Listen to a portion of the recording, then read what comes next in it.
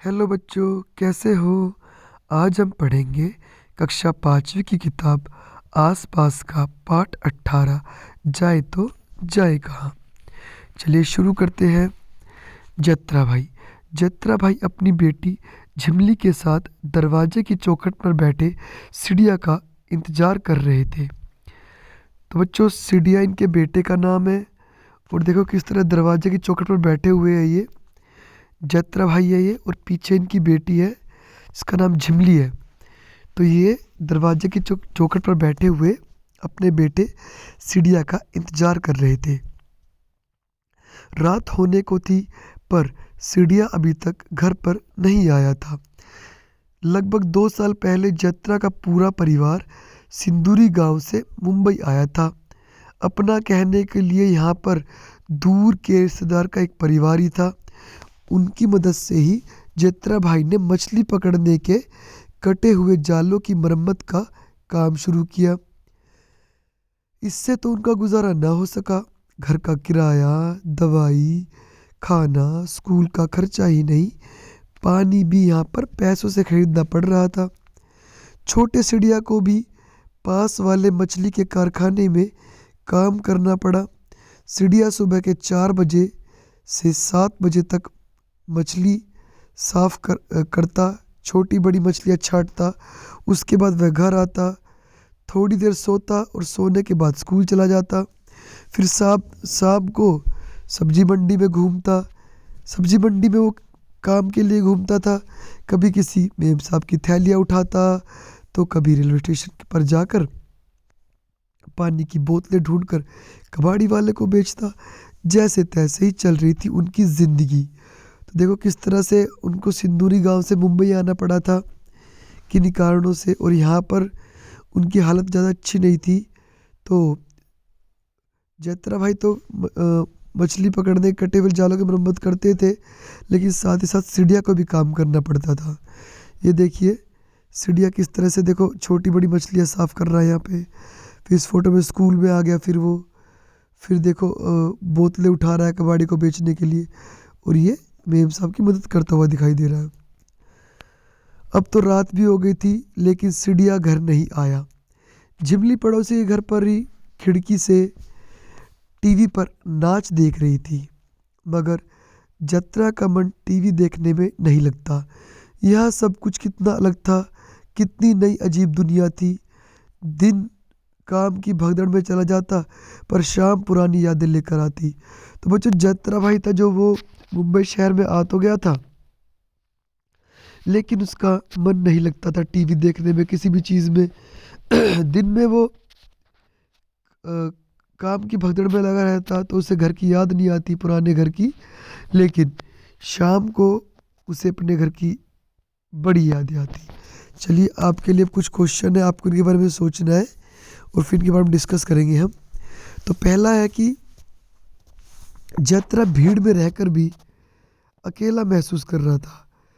क्या तुम्हारे साथ कभी ऐसा हुआ है? सोचिए। हाँ, हमारे साथ भी ऐसा कई बार होता है। जब कहीं हम कहीं अकेले पड़ जाते हैं, या कहीं ऐसी जगह नई जगह चले जाते हैं जहाँ हमें कोई जानने वाला नहीं होता।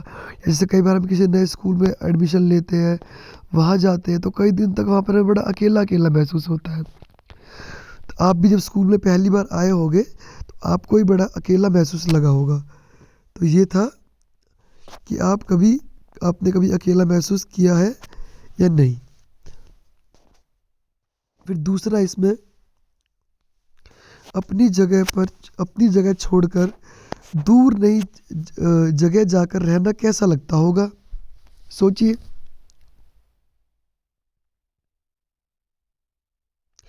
शायद क्या पता जो हमारी क्लास में बच्चे हैं, इनमें से भी कुछ के परिवार छोड़कर दूसरी जगह आए हो, या अभी भी कुछ के घर में मम्मी पापा होंगे जो पुरानी बातें करते होंगे गांव के बारे में या अपनी पुरानी जगह के बारे में, कि हमारा गांव तो ऐसा था, वैसा था, ये था, वो था। है ना बच्चों? तो उनसे पूछो घर में भी कैसा लगता है। बिल्कुल भी अच्छा नहीं लगता। जो हमारे पुराने घर होते हैं, जहाँ से हमारा मन जुड़ा हुआ होता है, वहाँ पे रहना हमें ज़्यादा अच्छा लगता है। ठीक है, तो अब सोचिए यात्रा जैसे परिवार बड़े शहरों में क्यों आते होंगे?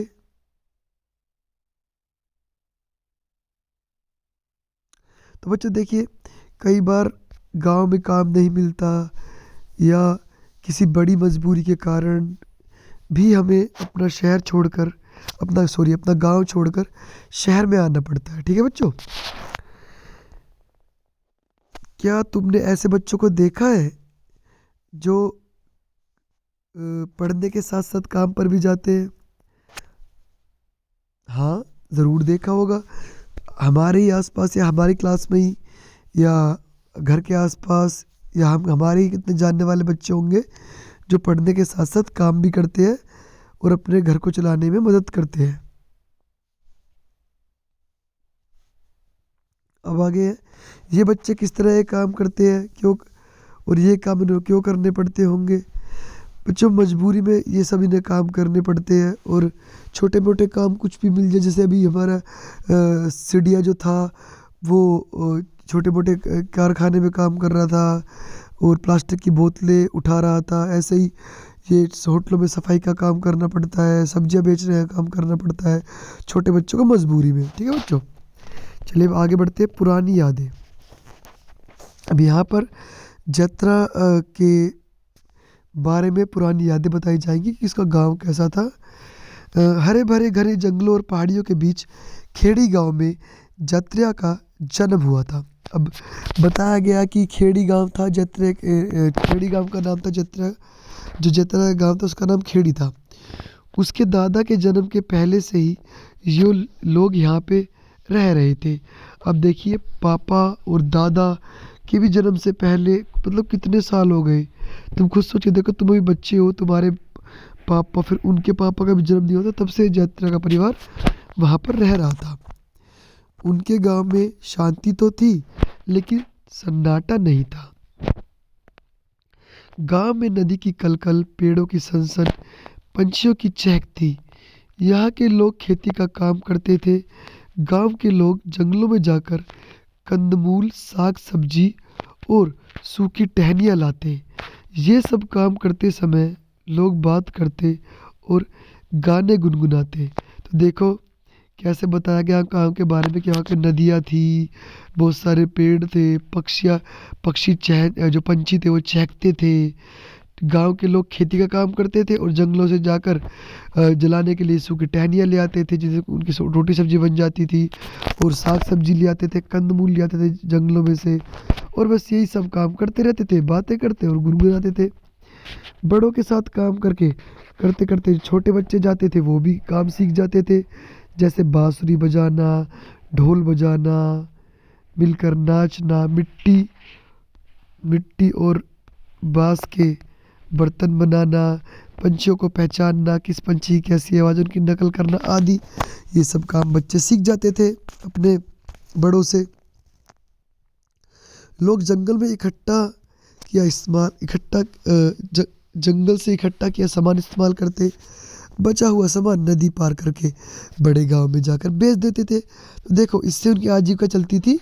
जंगलों से और खेती से खेती करते थे और जो जंगलों से सामान इकट्ठा करते थे उसको पास के बड़े गांव, तो उनका गांव छोटा गांव था, पास के बड़े गांव में जाकर वो अपनी चीज़ों को बेच आते थे और उनके लिए जो पैसे मिलते उनसे वो नमक, तेल, चावल और कभी कभी कपड़े खरीद लेते थे। देखो यहाँ पर कैसे दिखाया गया है, जतरा गांव कैसे दिखाया गया है यहाँ पर।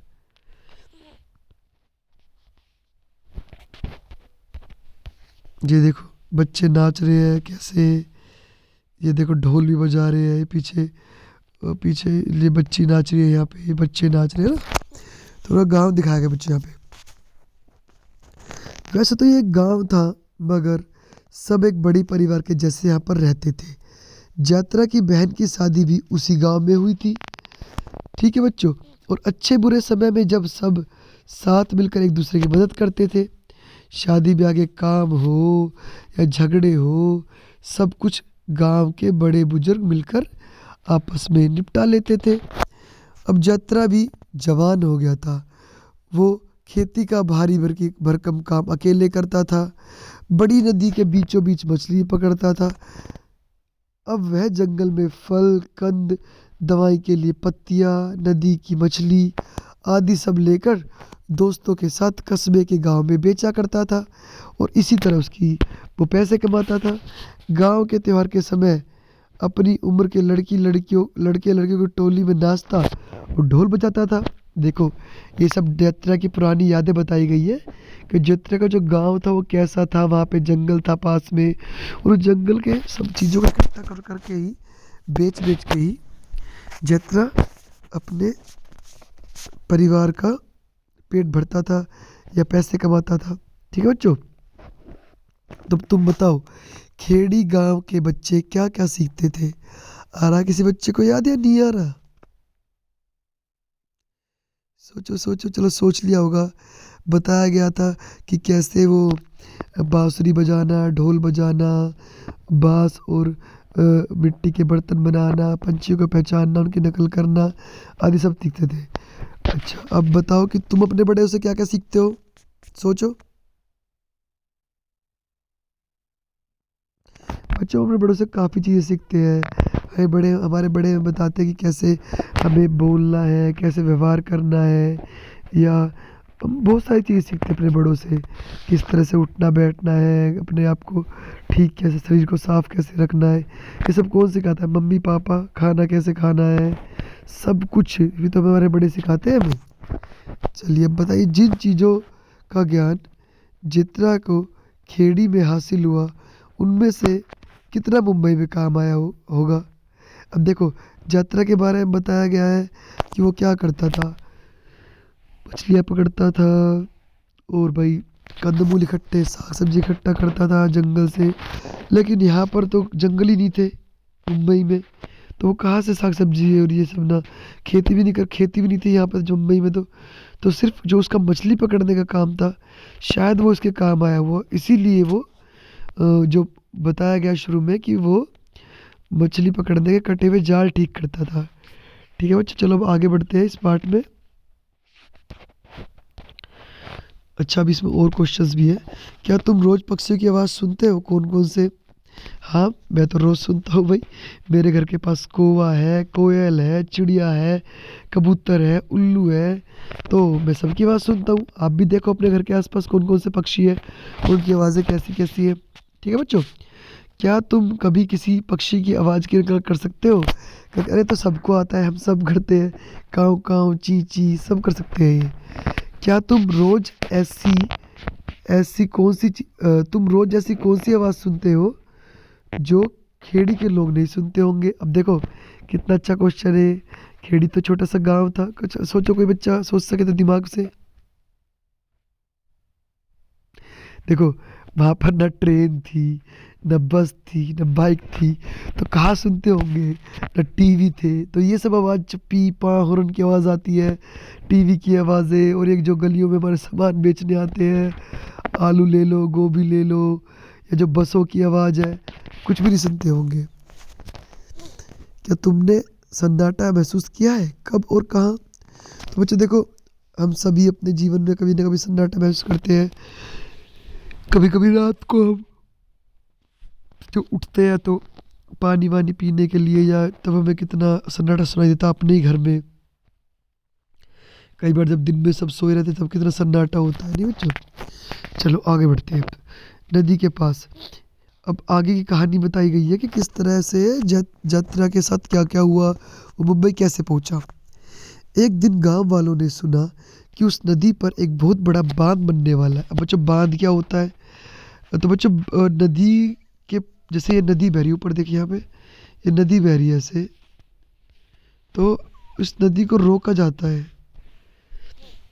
जैसे नदी बह रही है कहीं पे ऐसे, ये नदी बह रही है यूँ, तो यहाँ पर एक ऐसे दीवार बना के या कुछ भी मिट्टी विट्टी डाल के उस पानी को रोक लिया जाता है, इकट्ठा कर लिया जाता है, उस पानी को अलग अलग चीज़ों के लिए इस्तेमाल किया जाता है। तो जो उनके गांव की नदी थी, वहाँ पर एक बहुत बड़ा बांध बनने वाला था। नदी को रोक कर एक बहुत बड़ी दीवार सी खड़ी की जाएगी, तब खेड़ी और आसपास के बहुत सारे गांव पानी में डूब जाएंगे। लोगों को अपने पुरखों, पुरखे क्या होते हैं, जो हमारे बाप दादा, उनके भी दादा के भी पापा, उसको पुरखा बोलते हैं, हमारे पूर्वज। तो लोगों को अपने पुरखों की ज़मीन, घर बार छोड़कर नई जगह चले जाना होगा। कुछ दिन बाद सरकारी लोग पुलिस की पलटन को लेकर गांव-गांव पहुंचने लगे। गांव के छोटे बच्चों ने जब पहली बार पुलिस देखी तो कुछ बच्चे उसके पीछे पीछे भाग ले, कुछ डर के मारे रोने लगते। देखो यहाँ पे दिखाया गया है कि ये सारे गांव के लोग बैठे हुए हैं। दिख गए बच्चों, ये सब गांव के लोग हैं। और ये देखो पुलिस वाले हैं, ये कुछ बता रहे हैं इनको ऊपर फोटो, ये सोच रहे हैं जो कैसा कैसा क्या क्या बता रहे हैं। तो अ, वे नदी की चौड़ाई लंबाई, गांव के घर, खेत, जंगल सब नापने लगे। नापने का मतलब सबको पैमाने से भी कितनी ज़मीन है नापने लगे। उन्होंने गांव के बड़ों के साथ मीटिंग भी की। ये बेटा ये मीटिंग का ही सीन है। गांव के बड़ों के साथ मीटिंग भी की और कहा गांव को नदी किनारे से हटाना होगा। जिसके पास अपनी ज़मीन है उन्हें नदी के पार बहुत दूर बसने के लिए नई जगह दी जाएगी। दूसरी जगह जो ज़मीन मिलेगी वहाँ पर स्कूल होंगे, बिजली होगी, अस्पताल होंगे, बस ट्रेनें भी होंगी। एक नए गांव में वह सब होगा जो आज तक खेड़ी के लोगों ने सोचा भी ना होगा। तो जितने भी ये आए थे, ये सरकारी आदमी, इन्होंने सपने दिखाए कि ऊपर देखो, जैसे ये बता रहे फोटो में ऊपर यहाँ पे कि कैसे वहाँ पे स्कूल, बिजली सब कुछ मिलेगा। अब क्या हुआ, जो जत्रा भाई के माँ बाप थे और गांव के कई बड़े बूढ़ों को अपना गांव छोड़ना पसंद ना था। जत्रा भी यह सुनकर थोड़ा सहम जाता, थोड़ा खुश भी हो जाता। सहम इसलिए जाता कि उसे अपना गांव छोड़ना पड़ेगा, और खुश इसलिए हो जाता कि अब उसको नया गांव मिलेगा, वहाँ पे बहुत सारी सुविधाएं मिलेगी। जो सोचता कि वह शादी के बाद अपनी दुल्हन को नए गांव के घर में ले जाएगा। ऐसा घर जिसमें बटन दबाते ही बिजली जलेगी, घर में नल के खोलते ही पानी आ जाएगा, बस में बैठकर वह शहर घूमने जाएगा। सोचता जब बच्चे होंगे तो उन्हें स्कूल भेज पाऊंगा, उन्हें अपना जैसा अनपढ़ नहीं रखूंगा। इसलिए जत्रा भाई बहुत खुश था, लेकिन वो अपनी पुराने गांव को छोड़ने के लिए उसके मन में डर भी था। चलिए अब चर्चा कीजिए अपने आसपास, मम्मी से, पापा से, जो भी हो, और बताइए। जत्रा के गांव के कई लोगों को अपने जंगल जमीन छोड़ना मंजूर ना था। ऐसा क्यों? और न चाहते हुए भी उन्हें गांव छोड़ना पड़ा। सोचो क्यों। चलिए मैं बताता हूँ, आप लोगों ने सोच लिया तो बच्चों, उन्हें अपने जंगल ज़मीन को छोड़ना मंजूर इसलिए नहीं था क्योंकि वो लोग बहुत समय से वहाँ पर रह रहे थे। और जब हम बहुत समय से एक जगह पर रहते हैं तो हमारा उस जगह से लगाव हो जाता है। इसलिए हम उस जगह को जल्दी से छोड़ नहीं पाते हैं। और न चाहते हुए उन्हें अपना गांव छोड़ना पड़ा क्योंकि सरकारी योजना थी, इसमें वहाँ पर बांध बनाया जा रहा था, इसलिए उन्हें अपना गांव छोड़ना पड़ा। अगला क्वेश्चन है, ये क्वेश्चन हो गया। अगला क्वेश्चन है, यात्रा के खेड़ी के परिवार में कितने लोग थे? यात्रा जब अपने परिवार के बारे में सोचता तो उसके मन में कौन कौन आता। तो देखिए, हमें बताया गया यात्रा की बहन और यात्रा के मम्मी पापा, ये उसके परिवार में थे। यात्रा की बहन की शादी उसी गांव में हुई थी और उसके माँ बाप वो गांव छोड़ना नहीं चाहते थे, इसलिए उसके परिवार में 4 लोग थे। यात्रा भाई, उसकी बहन, उसके मम्मी पापा। अपने परिवार के बारे में सोचते हो तो तुम्हारे मन में कौन कौन आता है? तो बच्चों, ये अगला क्वेश्चन पूछा गया, अपने परिवार के बारे में सोचते हो तुम्हारे मन में कौन कौन आता है? सीधी सी बात है, हमारे मन में सभी आएंगे। मम्मी पापा, दादा दादी, जो भी हमारे घर में होंगे सभी आएंगे। क्या तुमने ऐसे लोगों के बारे में सुना है जो अपनी पुरानी जगह से हटना पसंद नहीं करते, उनकी कुछ बातें बताओ। तो मम्मी पापा से पूछना या घर में कोई भी बड़ा हो कि वो अपनी जगह से हटना पसंद क्यों नहीं करते, और फिर बताना बाद में। क्या तुम कोई ऐसी जगह जानते हो जहाँ स्कूल है ही नहीं? आज भी बहुत सी जगह ऐसी है हमारे देश में जहाँ पर स्कूल नहीं है और बच्चों को पढ़ाई करने के लिए बहुत बहुत दूर दूर पैदल चलकर जाना पड़ता है। तो आप भी ऐसी जगह के बारे में ढूंढेंगे।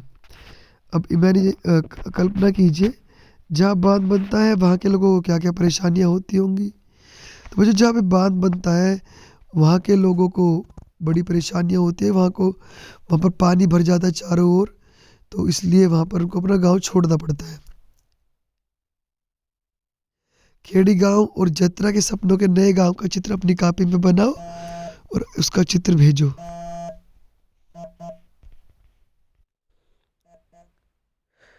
इसमें अगला क्वेश्चन है बेटा कि खेड़ी गांव और यात्रा के सपनों के नए गांव का चित्र अपनी कॉपी में बनाओ, अपने साथी का एक चित्र भी दिखाओ, उसमें अंतर ढूंढो।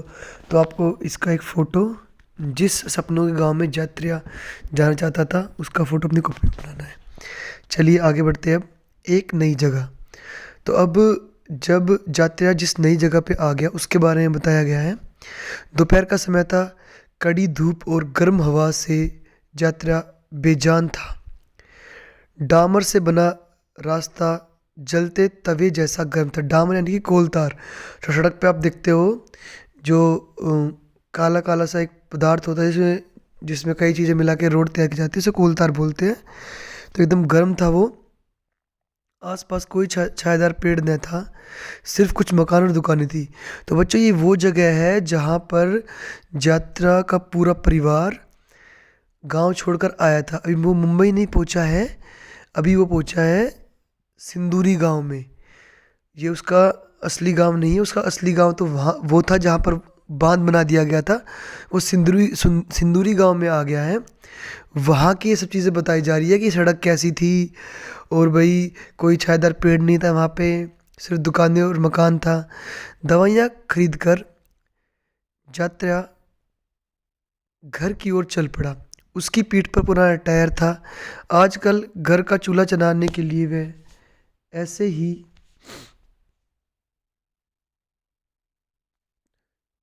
टायरों के रबड़ के टुकड़ों को जलाता था। तो गांव में तो लकड़ियां मिल जाती जलाने के लिए, खाना पकाने के लिए, लेकिन शहर में लकड़ियां नहीं मिलती। तो इसलिए वो इस तरह के टायर और रबड़ रबड़ के टुकड़े इकट्ठे करता था और उनसे अपना खाना पकाता था। ये आग जल्दी पकड़ लेते थे, और लकड़ी इससे लकड़ी भी कम लगती थी। यानी कि शहर में लकड़ियाँ इतनी नहीं, थोड़ी बहुत लकड़ियाँ लग जाती थी और थोड़े बहुत टायर और रबड़ के टुकड़े। तो इससे अपना वो खाना पकाता था। इसके टायर के जलने से हुई बू और धुएं से सब परेशान थे। सिंदूरी नाम के इस गांव में हर चीज़ पैसों से मिलती थी। दवाई, सब्जी, अनाज, पशुओं की खुराक, लकड़ी भी।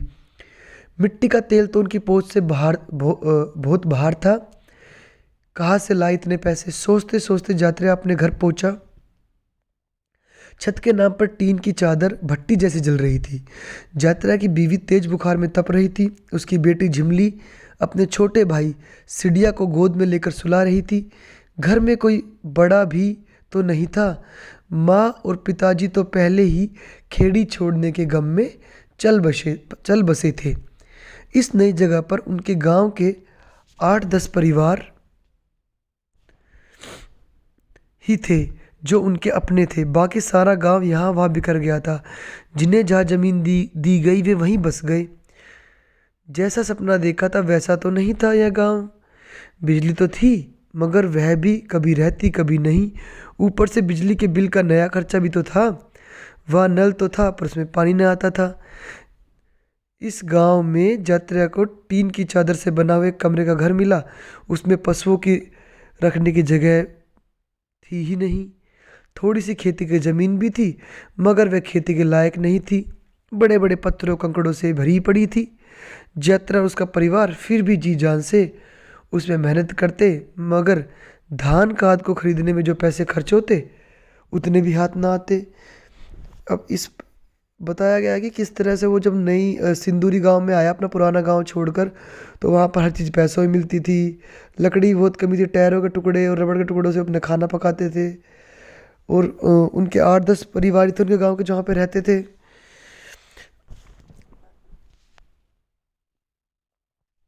चलिए अब आगे बढ़ते हैं। यहाँ बहुत बीमारियाँ थी, पुराने गांव में इतनी बीमारी भी कम थी। और अगर कोई बीमार हो जाता था तो जड़ी बूटियों को जानने वाले बहुत लोग थे, उससे उनका इलाज हो जाता था, तबीयत ठीक हो जाती थी। यहाँ अस्पताल तो थे पर डॉक्टर बड़ी मुश्किल से मिल पाते थे, दवाइयाँ भी न मिलती थी। यहाँ स्कूल था लेकिन जो टीचर थे वो खेड़ी के बच्चों की तरफ इतना ध्यान नहीं देते थे। नई वहाँ की भाषा अलग थी तो वहाँ की पढ़ाई पढ़ने में बच्चों को बहुत कठिनाई होती थी। सिंदूरी गांव के लोगों को इन लोगों का यहाँ आना पसंद नहीं था। उनको खेड़ी के लोगों की भाषा, रहन सहन सब अजीब लगता। वे खेड़ी वालों को बिन बुलाए मेहमान कहकर उनका मजाक भी उड़ाते थे। क्या सोचा था और क्या हो गया। अब बताओ तुम, क्या सिंदूरी गांव यात्रा के सपनों के गांव जैसा था? नहीं, बिल्कुल भी नहीं था। यहाँ तो जो यात्रा सोचा था उसका बिल्कुल उलट ही मिला। और अपने गांव में ज़्यादा खुश था, यहाँ को ज़्यादा परेशान हो गया। सिंदूरी और अपने सपनों के गांव में उसे क्या अंतर मिला? सिंदूर और अपने सपने गांव में से बहुत अंतर मिले। उसने देखा कि उसके बच्चों की पढ़ाई इतनी अच्छी नहीं हो पाई, वो अच्छे से खेती नहीं कर पाया, वहाँ पे उसे अच्छे जिस तरह से सोचा था उसे अपने कमाई करने के साधन नहीं मिल पाए और वो बहुत परेशान ही रहा। क्या तुम कभी किसी घर बिन बुलाए मेहमान थे? कैसा लगा? अच्छा, जब हम किसी ऐसी जगह जाते हैं जहाँ पे हमें इनवाइट नहीं किया जाता और हम पहुँच जाते हैं बिना बुलाए, तो वहाँ पे बहुत लोग हमें घूर घूर के देखते हैं और बड़ा अजीब सा लगता है। तो ऐसा ही हमें लगता है। जब तुम्हारे यहाँ कुछ दिन मेहमान रहने आते हैं तब तुम्हारे परिवार वाले क्या क्या करते हैं? भाई हमारे परिवार वाले तो क्या करते हैं, बच्चों उनकी खातिरदारी करते हैं, उनका ख्याल रखते हैं। ऐसे थोड़ी ना कि भाई उनको बिल्कुल ही ताने दे दे के मार दो, उनको बिल्कुल ही ख्याल मत रखो, ऐसे तो कोई हमारे घर आएगा ही नहीं। फिर कुछ साल बाद क्या हुआ, यात्रा ने कुछ साल सिंदूर में बिताए। बच्चे ही बड़े हो रहे थे मगर यात्रा भाई का मन अभी सिंदूरी में नहीं लगता था। उन्हें तो बस अपने खेड़ी गांव की याद सताती रहती। पर अब खेड़ी था कहाँ? खेड़ी और आसपास के इलाके में खेड़ी और आसपास के इलाके में था एक बहुत बड़ा बांध, रुके हुए पानी का एक बड़ा सा तालाब।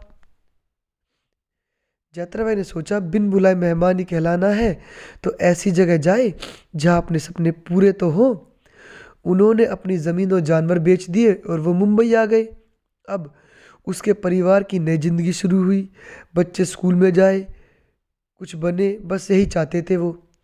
यहाँ के हालात अच्छे नहीं थे मगर धीरे धीरे शायद सब ठीक हो जाए, यही सोचते थे। यात्रा ने अपनी खोली, बच्चों खोली क्या होती है? एक कमरे की रहने की जगह, बस एक कमरा होता है उसमें, उसी में सबको रहना पड़ता है, उसे खोली कहते हैं। उस यात्रा ने अपने खोली की मरम्मत के लिए पैसे बचाने शुरू कर दिए। उनके रिश्तेदारों ने कहा मत बर्बाद करो ये पैसे,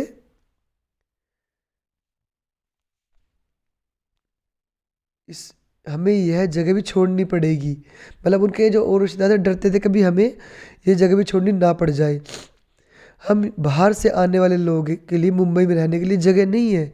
यात्रा भाई ये सुनकर डर गए। उन्होंने सोचा खेड़ी छोड़कर सिंदूरी गांव में, उसके बाद है मुंबई में, अब यहाँ से भी हटना पड़ेगा तो जाएंगे कहाँ? क्या इतने बड़े शहर में छोटे से परिवार के लिए छोटा सा घर भी नहीं है?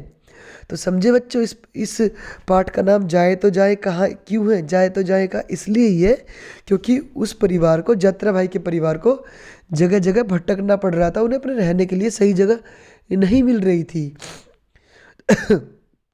देखो मुंबई का सीन दिखाया गया है पीछे, कितनी बड़ी बड़ी बिल्डिंग्स दिखाई गई है, कैसे बसें चल रही है।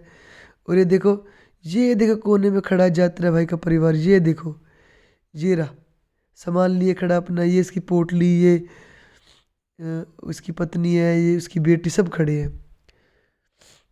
तो बच्चों इस वर्कशीट के क्वेश्चन आंसर आपको